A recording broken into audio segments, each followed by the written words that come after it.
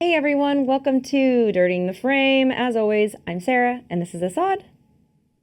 And Asaad has a light, and this is Emma Stone. Hey, Emma. whose name we found out is Emily. Emily. Did you listen to that smart list? I did listen to it, yeah. It was weird. It was a weird smart list. We are talking today about Emily Stone. Emma Stone. We're talking poke her in the eye? It's so hard to do. Okay, all right. People have weird things about. Are you weird about touching your eye? I'm not. No, but I understand how people could be. Don't do it, man. Stop! I just touched my eye for the listeners. Sorry. Sorry for the people who are listening and not watching, who didn't get to just see me poke my eyeball with my finger. Today we are talking about the movie Poor Things, starring Emma Stone, which was much anticipated. Asaad had guessed before. He predicted, he said, Sarah, this is going to be the best movie of the year. I did say that. How's that prediction going for you, bud? Should we do spoiler? Do we want it? I'm just wondering if you liked it. I can confirm or deny. I have seen the movie now. Okay.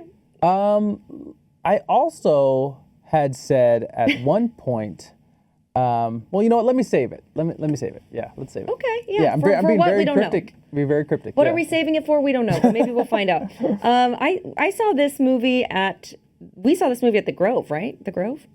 I think so. That's where most of my movies have been lately. Honestly, Yeah. I gotta tell you, Alamo is crap in the bed. Really, just all of these movies are premiering at AMC's, and Alamo's not getting them to the week after. To our Los Angeles listeners, me and Sarah have been in LA so long, we get to see this happen all the time. A new thing will pop up. It'll be great. It'll embrace us. It'll treat us well. We commit to it, then it changes. That's a little lesson about not loving anyone. People, guard yourselves, because people will change. We were in LA when Uber started. It used to be $3 to catch an Uber. So cheap. We were in LA when you could bird on Santa Monica Boulevard. You could go right down to the beach if you wanted to. Took the birds right away out of Santa Monica. They took them. Can't do anything. Took them from us. If you're in Los Angeles, we were at Smorgasburg on Sundays in downtown Los Angeles when there were only 3 pop-up places to serve you food. Now that place is commercial. They'll barely let you in. Am I going on a tangent?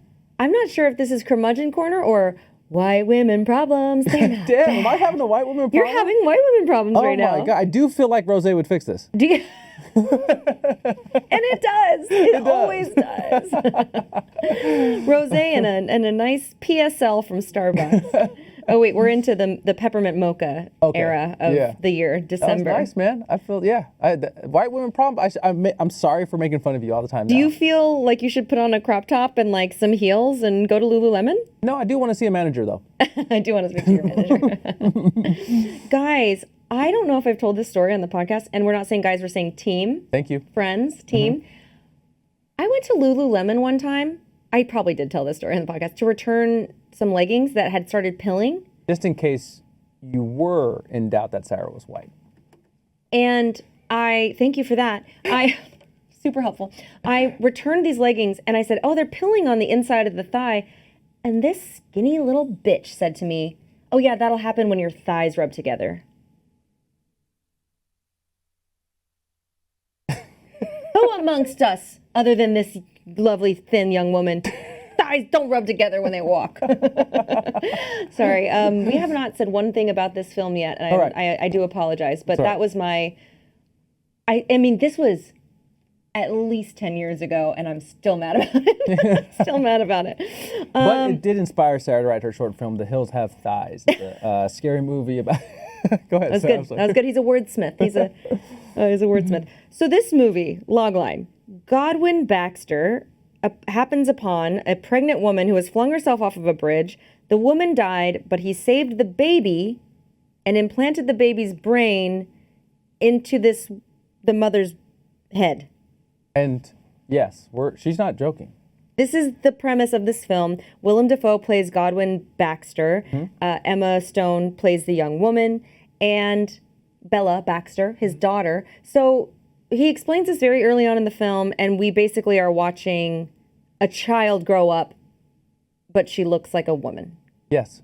And I know if you haven't seen Poor Things or plan to see it, I know how that sounds, that log line. But once you're in the bedding of the film and you see how it's shot and you see the green screen and the effects that are used, you're like, oh yeah, that's very possible in this world. It doesn't seem that odd. Yeah. What was your one woman, what was your one woman show? What was your one word summary of this movie? And we're going to say it at the same time, even though we never hear each other. Ready? 1, 2, 3.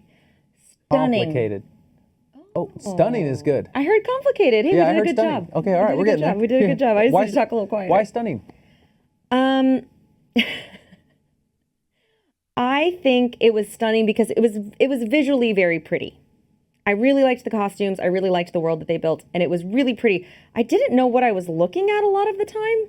You know, like how was it physically made? Yeah, it's a great point. I should have that's what we always say on this pod. We should have researched how it was made, but it looked like a lot of green screen, and then they shot some stuff on location that looked really cool, but a lot of this is fisheye lens using some weird angles to film. If you guys have seen The Favorite, Yorgos Lanthimos' other film that probably started the inception of this movie, because Emma Stone was in that as well. That's a fantastic film. You'll recognize the style of filmmaking and the shots they choose, because I think Yorgos is really, really talented director. Yeah, I agree. And I loved The Favorite. Yeah, it's really good. I loved The Favorite, and I thought it was really beautiful to look at. This movie, however, I will just say it was not for me. That's what the people that tune into the DTF pod come for Sarah to just say it wasn't for her. Listen, this was my first thoughts. After I walked out of the theater, I was like, hey, you hear that? That's the sound of Margot Robbie losing her Oscar to Emma Stone. Oh, he did say that. That's true. And he did say that. Folks, I know Sarah is going to tell you how she has some complicated feelings about this film. Make no mistake, Emma Stone is cooking with gas in this film. And it's time that we maybe acknowledge her as one of the best actors we have. I don't know if you watched The Curse on Showtime, but she's having a moment right now where it's like, it's tough for me to name a lot of actors that are better than her and choosing very fucking courageous roles to play. Are you watching The Curse? Is it any good? I am. Yeah, I watched the first 2 episodes. I watch everything Nathan Fielder. I think he's brilliant. Yeah, I know you like his show on HBO. Yeah. Mm-hmm. That's so cool. Don't get me wrong. Emma Stone, the first thing I said, I was like, this is weird. I already don't like it. Emma Stone nailed it. Like, we're watching this grown woman essentially have to portray a child in the different stages of a child's life. And as someone who, I don't know, I think I spent a fair amount of time, and you would have as well because you have so many siblings, but I spent a lot of time around children growing up. Just my cousins and stuff, I babysat them and hung out with them a lot when they were younger. And man, the little nuances of how a child acts. And I just realized after listening to her Smartless interview that she has a child herself. So that was probably a little bit easier to do your homework when you can just watch your kid at home. But she does the stages, right? Because she grows not at a normal pace, because she stays pretty much the same age physically throughout the entire film. Yeah. I would say maybe it spans a year or a couple of years. Mm-hmm.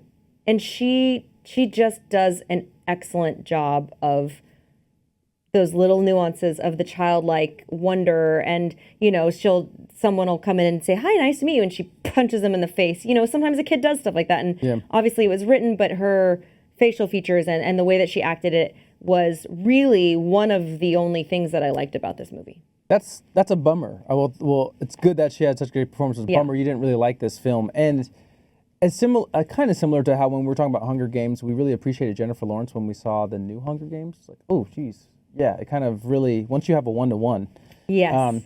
And spoiler alert, there is another person at the end of this film that plays similar, going through similar what Emma Stone is in. It's Margaret Qualley, who's a phenomenal actor. I really like her. She was so good in, was it called Maid? Yeah, I watched that and really loved that performance. You kind of hit me too. I never watched the whole show, but you. Yeah, she's doing the same thing that Emma Stone is. She's having to learn again as a baby, and it's a dramatic difference in performance. And it really makes you appreciate what Emma Stone is doing with that character, because they shot it out of order too. So oh really? Well, yeah, they shot the beginning and end. So she had to kind of and she had to progress as a human, but do it out of order when she was filming it. I don't know why I said really. Like they shoot everything out of order, unless it's a specific director that really shoots everything in order, and that's tough. Sarah, where do you want to go from here? I mean, I guess we can get lightly go over the film, but I'm kind of interested into why you didn't like it. But I don't know if that's gonna spoil something later. Yeah, so she ends up becoming, oh, I stepped on my own mic wire. She ends up becoming betrothed to a man called Max, who's played by Rami Youssef, who I thought did an okay job in this movie. Yeah, Is he an actor by trade, or? He's a comedian turned actor, but he's had his own series on Hulu. He's good. Oh, right. Okay, Yeah. yes. And that show was really well received. Yes. And critically acclaimed. But so she becomes betrothed to him, and she's into it. She's like, okay, but then the cad Mark Ruffalo comes along and is dangerous and kind of What's represents the cad, Sarah?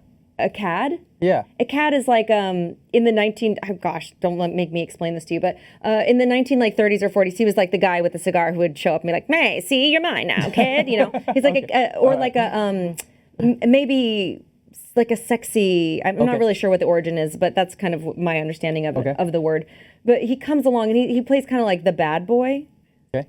And this world is not, I wouldn't even know if this is set in time. Is it a time period piece, or is it just a completely made up fantasy world? It's in a weird time period. Then if you took like 30% Dr. Seuss with 20% Mad Max Fury Road. Yes, that's a great compilation. Yeah. Yeah, nothing makes sense in this movie, and it's a little risky, but to me, when I'm watching it, if nothing makes sense in a movie, things can start making sense for me. It's harder for me when like two things don't make sense, I'm like, wait, what? But this whole thing is like, you're not supposed to understand what's going on in this time frame. Well, that makes sense. Sorry, your what you said just made sense because you didn't quite love Saltburn, and it feels like that might be why. There was a couple. Someone fucked a pile of dirt in Saltburn. That's why I liked it. So maybe we weren't watching the same movie. I haven't looked at dirt the same since. No, but that's kind of like what it's bringing your point home of saying you liked, it was okay until there was just a couple things that didn't make sense, and you're like, all right, this is just poorly thought out. Whereas if it's well thought out and none of it makes sense, you're fine with that. Yeah, they really just Yorgos really went for this. There's nothing conservative about this film. It's a big idea. It's big in the way they filmed it, the angles they chose to use, the lenses they chose to use. It's big in the casting. Mark Ruffalo is as big as it gets. He's chewing up the scenery everywhere in this film. Yeah. They really went for everything in this film. And having said that, this story's Barbie. It's an A24 version of Barbie. Yeah, totally. And not as like visually, I guess it's visually stunning in a different way, but not as fun. So I did like how they had Mark Ruffalo come and basically portray the bad boy, right? Every parent's worst nightmare is their teenage daughter being taken away by the bad boy, and that's kind of like always the trope, right? She always falls for the guy who drives a motorcycle or whatever, treats her a little bad, and that's what she ends up doing. Rami plays a really thoughtful, sweet student of, I believe, of her father, God, her father, Goddard or Godford or whatever. But she decides to go with someone who's a little dangerous instead. And she says, I'll come back, but I feel like I need to go and explore the world a little bit. So she goes off with Mark Ruffalo, and then he ends up becoming jealous because of the attention that she's getting from other men. And they get kicked off of this cruise, and they lose all their money, and she ends up having to go become a prostitute. That got kind of dark quick. And then but she's like happy to do it. It wasn't like forced into prostitution by this man. She was like, oh, well, we need money, and I'm going to go do that, and I like sex, and okay, great. And then we just watch her have sex for the rest of the movie, and that's where you lost me. I was like, what are we doing? Why are we... Each other. Yeah, like, I don't mind. Asaad pointed out he thinks I'm a bit of a prude, which could be correct, but I think if it suits the story, great. And I liked it a little, but is that a woman's whole existence, is just discovering her sexuality? I guess maybe at some point in her life it is. I don't know. This pod's a little tough. It gets tough sometimes because you're a female and you identify as a female, I identify as a man, And so my perspective on these type of movies always mean a lot less, just because it's like a male purview and I'm being showed a woman's experience. So if you don't need to be told, but take Sarah's words more than mine. I had a different experience, as I should. I thought it was about a woman's liberation through finding herself like in sex. I think that's exactly what they were going for. Yes. And where Sarah is coming from, I can kind of relate. I thought there were a lot of scenes that did what had been done in the movie already. So it could have been about 30 minutes shorter for me. And plus, when you already like reiterate a point, it makes the first point a little less meaningful. You know, like if you just have one scene to stand on that, it can be stronger. There is a lot of sex in this, but I was thinking the whole time, Sarah, and we should have a serious conversation here. I know we fuck around a lot on this podcast, but as a female, it actually made me think about females that are growing up and that are experiencing adulthood now. Do they ever think about if they should have slept with more people or less? I think so. Because men learn things from sleeping with people about themselves, about other people. And Bella Baxter was learning things every time she had relationships and relations with people. And I thought there were important discoveries. No, you know what? As usual, Asaad put it so much more eloquently than I did, but I agree that that is what they were going for. And the fact that they just kept doing it over and over again, I was like, all right, what else? Like, what else is she going to learn? Is this just about her sexual awakening? Or is it, I thought we were watching the story about a young woman becoming a woman and her learning all of these things about the world. But they stayed on the sex part a little too much for me. So let me ask you, you wouldn't want a movie that was just about the sexual awakening of a woman? I don't know. Okay. I just didn't want this movie. Okay. About the sexual awakening of a woman. I did like the fact that they very much made it very clear that every man in this movie wanted something from this woman. They're trying to control her, man. They're all trying to control her. Yeah. Every single one of them wants her for something different. Yeah. They want her to do something different. They want her to be something different. They want her to talk a different way, look a different way, be a different way. And she's like, nah, man, fuck all that shit. I'm just going to be me, which is great. And I love that idea. I can see why Emma Stone signed on to do this movie. But for me, it was clunky and weird on its face. And then why does a man need to write a movie and direct a movie about how a woman's feels? Oh, I love our pod together, Sarah, because we fuck around a lot. But every once in a while we come up on a topic that I'm like, oh, we could pod on this for hours. And you ask a very good question. Why does a man need to make a movie about a woman's sexual journey? And why do you think? I'd like to hear your opinion. I don't know. Do you not like that he did? I just didn't like this movie. I think if it would have been done well and I would have liked it, I wouldn't have said that. You know what I mean? So it's kind of a shitty little cheating way of just saying I didn't care for this film. But, I think we've talked about this before. It was Flowers of the Killer Moon. It's why was it this person's job to tell the story? Now, I don't believe that, only females should make movies about females, because we wouldn't have any movies about females because there's not enough people in the film industry. But yeah, I didn't think it didn't land for me. It didn't resonate with me. Yeah. And you're proving you're not lying because you enjoyed the female story that he made in The Favorite. I loved that movie. You just didn't enjoy this one. Yeah. I thought this was really cool. Every time there's a trend happening, and sometimes I can repeat myself on this pod, so sorry, everyone, but every time there's a trend happening, and thank God women are being given more opportunities to star in different roles, make films, produce things, have their own production houses, there could be a trend that develops. Now everyone's like, okay, cool, we finally gave women an opportunity. Now let's do a bunch of trendy women stories that aren't really like deep stories. Mm-hmm. Barbie's necessary. That's a good film and it's necessary. I thought this movie could have been so heavy-handed with the female story, mm-hmm. but it was nuanced. And from the beginning, a man literally created her, right? Tried to make her and his name's daughter. God. Yeah, and his name is God. And then married her off without her saying. And then she left someone else because he wanted to control her because he fell in love with her.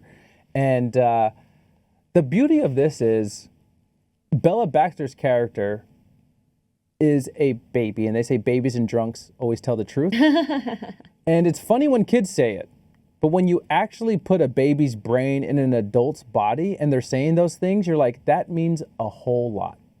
That's a good point. I actually want to marry you, but I'm interested in going off and gallivanting with another man. And that's tough to hear for everybody, and we've gotten too nice and have antiquated ideas about monogamy and relationships, that it's tough to hear.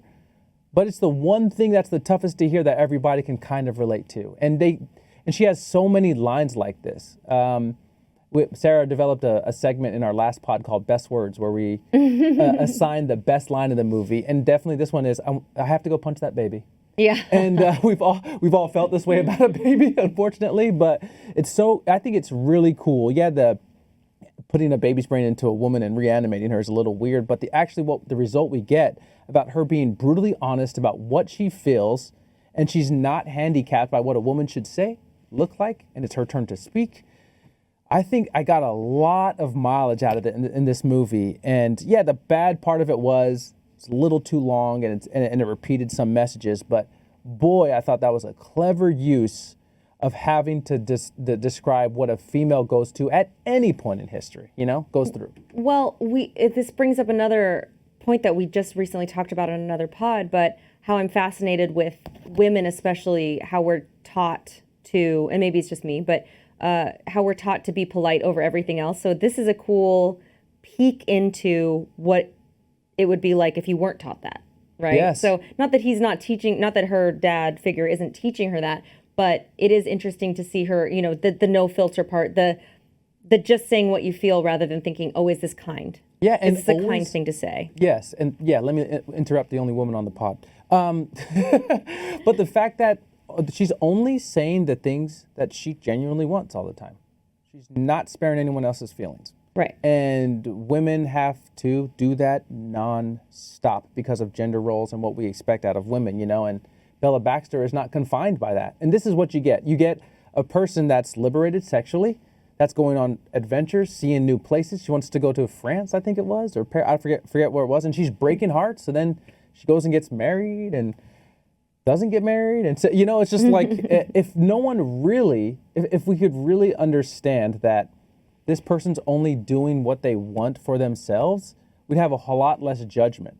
And it reshaped a woman's plight for me, which is easy for a man because men are never even forced to think about women. You're probably like, yeah, Asaad, I knew this shit already when I was 15. Oh, sorry, my timer just went off. I'm supposed to ask you if you want lunch. Oh, please, yeah, barefoot, please. Will you be barefoot? I'll make cooking it for you. Thank you. All right. I'm so glad you caught that. I was like, I'm going to say this joke, and I don't know if he's going to catch it or be like, what? He got it. Oh, he's a smart man. A woman never would have got that joke. Let me wrap this up. Well, just the story up so our listeners know where we're at. Okay. After Bella goes with Mark Ruffalo, she leaves him after she finds out he's like a gambling addict, loses all of his money, returns to Rami and returns to marry him. And then the person that originally was married to her before she committed suicide comes and claims her. He's another terrible man that wants to shoot her if she leaves. And then she finds her way back to Rami again and God before he passes away. And now she's back at home where she started, married to this man that loves her, with a group of friends. And you're just supposed to sit there at the end of this movie being like, oh, that's what happens to this liberated woman. That's it. Yeah, and she takes up doing her father's work after he passes. Yeah. So she ends up kind of being happy running her father's, I don't know, Frankenstein business. Yeah. Booming. It's booming. Yeah. So this is kind of a Frankenstein movie. She's Frankenstein of a person to some extent, and then there's several pets, and then so there's one that's like a half Frenchie, half duck pet, some weird kind of monster that he's glued together. And then, as Asaad brought up earlier, Margaret Qualley, they made God and Rami made Margaret Qualley while Bella was off finding herself and traveling the world. And when Bella comes back, she's like, who's this bitch? Yeah. And they're like, well, we missed you.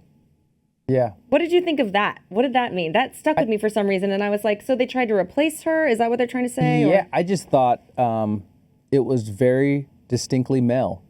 It's like, cool. The way, and not to just shit on men, but it's the way we're raised. It's like, oh, we lost one. Can't we just replace it? It's like when you lose a dog. Yeah. Not to compare that sounded bad, but like, no, men can get so simple and not dig the extra layer of their emotions that they're just like, if something's gone, can't you just replace it? Yeah. It's like, it doesn't work like that. Okay. And yeah. That's so cool because it did stick with me. And because she comes, when she meets Margaret Qualley, she's like, what the hell? She doesn't feel super great about it. And I was wondering what that line meant because it stuck with me for some reason. So it must have meant something. And that's a really interesting way of putting it. So they're basically lost this person that they loved. So they just decided to go out and find another woman to replace her to try to make themselves feel better. Exactly. But it wasn't her. Interesting. And I did say to Asaad the first time, because Margaret Qualley is, again, we're repeating this, but great actress. And in this, it was glaring because Emma Stone was so good at this particular thing that Margaret Qualley almost looked like she was playing at it. Like if you sent me to set and we're like, hey, act like a kid, I'd be like, meh, meh. But when you saw how nuanced Emma's performance was, butted up against Margaret Qualley's, you're like, ooh, that's a bummer. That's going to be a bummer when you watch this, Margaret. And to give Margaret Qualley credit, it's like Emma Stone and Yorgos Lanthimos started this on The Favorite 4 years prior. So Emma Stone has been living with this character a lot longer. You know, Margaret probably been living with it for like 4 months and showed up on set. Right. You know, so she had more time to master it. Sarah, what is your thorn, or what do we call it? Jesus. My rose and thorn. Yes. So my rose, other than Emma Stone's noteworthy performance, like we've talked about here, and as Asaad so lovingly pointed out, I'm now an Emma Stone fan, even though I always have been. Lies. Other than her performance, there is a specific scene that I thought was really beautiful to look at, cool acting, cool costumes, and it's after she comes home and she's walking with Rami Malek through a forest. And it was just really stunning visually. I thought it was really, really beautiful. And the weirdness of the world really worked for me in that scene. There was light dappling through the trees, you know, and they were just having a conversation. And he was actually asking her, what have you been doing? How do you feel? Like, what do you think of this life? And I really liked that scene. That was my rose. What was yours? I'm getting cliche, man. I'm starting to love the cliche as I'm an older man now. Typical. I just thought Emma Stone, I thought this was a defining performance for her.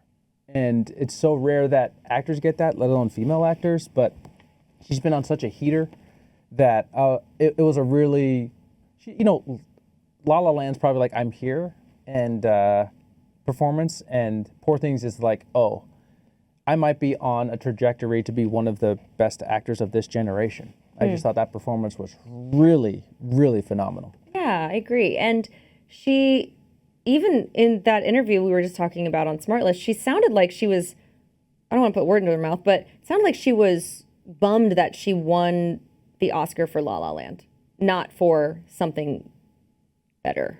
I feel you. I accidentally already stepped on my thorn. It's Margaret Qualley's character. I didn't think it worked. I'm with you. Is that your thorn too? No, man. Gosh, guys. Team. Can't say guys. Friends. It's always tough. Let me tell you rule number 847,028, why it's tough being a black person. Because when a black person gets an opportunity in a movie, you're really happy for them. There's not a lot of black people in this movie. Gerard Carmichael got an opportunity in this movie. And as a black person with a tiny platform, I can't say he was bad in it, because I feel bad because he's one of the only black people in it. So I will just have a white person say it for me. I actually was going to say he was my thorn. He was so bad in this movie, you guys. But I couldn't do it. I was like, I can't take the one black person in this movie and have that be my thorn. So I didn't. Aren't you proud of me? You taught me well. Yeah. I literally, that was my thorn. He was so bad. It was bad. It was pretty glaring. When he's talented, he's so talented. But maybe not in at acting, but he's talented as fuck, you know? I don't know. He had his own show. I don't know. He stuck out like a sore thumb. I will say that for sure. Yeah. Double feature this with The Favorite, so you can watch a good movie and then take a nap. So you wouldn't double feature. You just would never watch it. Would you revisit this show again? Fuck no. No? God, why? Not at all. No. Huh? This is an easy answer, but it's Barbie. This is like loved that one. The polar opposite of Barbie, you know? It has some of the same like female liberation and trying to overthrow the patriarchy. They do it in really different ways because Barbie wasn't banging different Kens all the time. But should have been. But it's cool. You know how you have like the really high achieving family member brother in school, and then you have like the weird guy that just listens to like death metal upstairs. Is his little brother. Yes. This is that movie. They're both from the same family, but he's just like heavy on the eyeliner. I would say Barbie. It's so funny. Everyone's really comparing these two, and I guess Barbie was in summer, but I felt like that was like the beginning because that was the beginning of our podcast. So that was the beginning of my movie year, was seeing Barbie, and then this is kind of the end. So it's interesting that people are comparing them. But at the end of the day, I just thought this movie was a little too weird for me. And I think that's it. I think it was just a little too weird for me. Okay, I had an English teacher that said... You did? I did, yeah. Yeah, English is my second language. I had an English teacher that said you can't use the word weird. It's not a good enough word. It can mean too many things. So I'm not letting you off the hook, even if it's your podcast. I can't let you use the word weird. What was it? It wasn't too weird for you. It was what? I'm looking up weird synonyms. Uncanny. No, that's not eerie, what I wanted you to do. I wanted you to think what was the real emotion that it gave you. I don't know. I just didn't care for it. Okay. All right. Sorry. That's really I know that's blah. It was I liked her performance. I thought the world was pretty. Oh, another rose of mine was the costumes in this movie. So I think cool. they'll win. I think they'll win the Oscar for costumes. They should. I don't know what they're, maybe Wonka I haven't seen yet, but maybe they'll be up against that. But the costumes in this were really, really cool. I loved The Favorite. So by all intents and purposes, I should have liked this movie. Maybe what I'm trying to say when I say it was weird is that maybe it just, this is always my excuse, maybe it just went over my head, but I don't think it went over my head. I got it. I just didn't care for the story. Completely. That's why you have your pod, kiddo. It's We wanna hear supposed to your be opinion. weird. We Like wanna the hear your movie is opinion. supposed to be weird. They tried to make it weird. It just didn't feel genuinely weird. It felt forcefully weird. Okay. Like yeah. they were like, I know, we're going to make a weird movie instead of just being like, you know, it organically coming together that way. I feel you. And I should make a disclaimer. Thank you for sharing, Sarah. I should make a disclaimer that there is going to be a lot of comparisons to Barbie to this, but it's only because we have such few stories about female liberation. You know, it's just starting to happen. So of course they're going to compare the two. It's like comparing like Get Out and Black Panther. You know, it's like oh, it's a black movie. So Yeah. they're similar, but yeah, still some similar ideas, and I hope it makes some waves that more movies like this get made. You're making me feel like a bad woman for not liking this movie, but I'm not going to let you make me feel that way. Imagine me. I didn't really like Black Panther or Get Out. I had to hide that. I can't believe you just said that on the podcast. I'll edit it out. Will you? Or No. will I? What's did you get there early enough for trailer trash? Yes. Okay. Did No. Did I skip some segments? I might have. I was just going to go with my gummy rating, but who knows? We're all over the place. Gummy rating is 5 gummies. Didn't like this movie. Okay. All right. 5 gummies. I'm very fascinated to see if our swimmers have liked this movie or seen this movie. It's just a weird one. Yes, I got trailer trash though. And we could talk about a movie I am excited to see, which Please. is All of Us Strangers. Ooh, okay. Oh, Adam Scott and Paul Mescal. I think I pronounce his wrong, like his last name wrong. Is it Paul Mescal or is it Mezcal? Mescal, I think is how Mescal. dumb Americans pronounce it, so that's how we pronounce it. Yeah. I don't know. It looks great. I think both of, especially Andrew Scott, I think is just such a good actor. So anything he does, I'm there. You may know him as the hot priest from Fleabag, Asaad. Yes. Best show ever made. I was most excited to see that. Least excited to see a show called Anyone But You, which is a surprise because I do love rom-coms, but Allison Sweeney is leading this one along. Sydney Sweeney is starring in this one, and she seems like Gerard Carmichael acting. She's just kind of like, it seems very unnatural. My trailer trash for the first time, Sarah, I think I got all of the worst trailers ever in a compilation. Like back to back, you mean? To where it was so bad that I was glad to see Nicole Kidman's face welcoming me to the theater. You're always glad to see Nicole am. Kidman's face welcoming Our you to the queen. theater. Let me hit you with this. Imaginary. Lisa Frankenstein. Yikes. Whatever of the apes were on. Yeah, 800. Hey guys, team. Cool it with the apes. The people at the apes thing, can you stop using of the twice in the title? It's driving me fucking mad. Legacy of the Planet of the Apes. Legacy of the Embassy Planet of of the the Apes, Planet of of the the Planet Apes. of the Apes, of the Apes. The Journey of the Planet of the Apes. It's like, how long do we need this title? And then to round it out, Oh no, these are bad. the last one by Blumhouse is about a middle-class white family, get this, who has a pool in their backyard, and the pool is haunted. It's called Night Swim. Night Swim. Is there any other clear example of privilege than having your pool being haunted? It's like there was a murder in the gazebo. Hey, that's the next murder on the Orient Express train. Murder in the gazebo. After tea. I think our Oh, guest man. house is haunted. Oh my gosh. What are we going to do? Our in-law suite. Oh no, that's too funny. Yeah, those are bad ones. We haven't talked about Lisa Frankenstein on this pod yet. Yoy. What's going on Yikes. there? What's going on there? Zoinks. Yeah. They're and you know what disturbs me the most is that the trailer I think is really, really well cut. Oh. Which makes me really worry for this film because if the trailer Yeah. is well cut, as I suspect, like it's doing all the things, it's got the punchy music Yeah. and the like funny cuts. You know what else is really well cut? Show us your biceps there. Dang. How did I hella know you were well going to cut. say that? Okay. Usually it's my back. He thinks my back is jacked. I got a jacked back. Emma's not impressed by my jacked back. Look at her. She's not impressed. I'm so glad. So what would you give this film? Because you were so excited to see it, and I don't think you disliked it as much as I did. So Yeah. what is your gummy rating? I know you don't do gummies like that, but if you were to, what would your gummy rating be for this film? Maybe 2. And I'm with you. I don't think the disparity of how much you didn't like and I liked it is accurate to judge how much I liked the film. I'm with you. I didn't think it was great. Right. But I'll take a film that falters being creative at any time over any other film, you know? I like big swings. I like trying to do things different visually, storytelling. So a lot of the things didn't land for me. And I thought the runtime was a little bit like, okay, the show's over already. You know, let's get to it.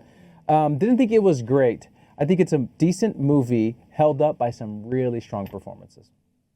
How did you feel? So you don't like Mark Ruffalo? That's general. my problem. I think he's extremely talented. There's just some actors I like seeing on screen, but Mark Ruffalo, I just can't get past Mark Ruffalo in every movie he's in. He's just Mark to me. Well, that wasn't my question, but and maybe you did answer it. What I was going to say is that people are really saying he did a great performance in this. Mm-hmm. People are really talking about how good of a performance he did in this. I didn't think that it was. And no performance in this stood out to me other than hers, and then I would say right below hers would be Rami's. Because Rami didn't have a ton to do. He just had to play it very sincere. Yeah. And he did that very well.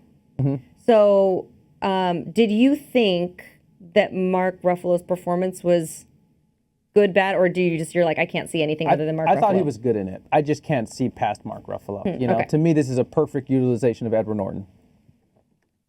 Edward Norton's such a good actor. Yeah, that's every movie could use Edward Norton. Yeah, what am I saying? Although he hasn't really done much lately. Well, thank you for talking to me about this movie. I Yeah. was really excited to see. I knew because we did see this together that you didn't.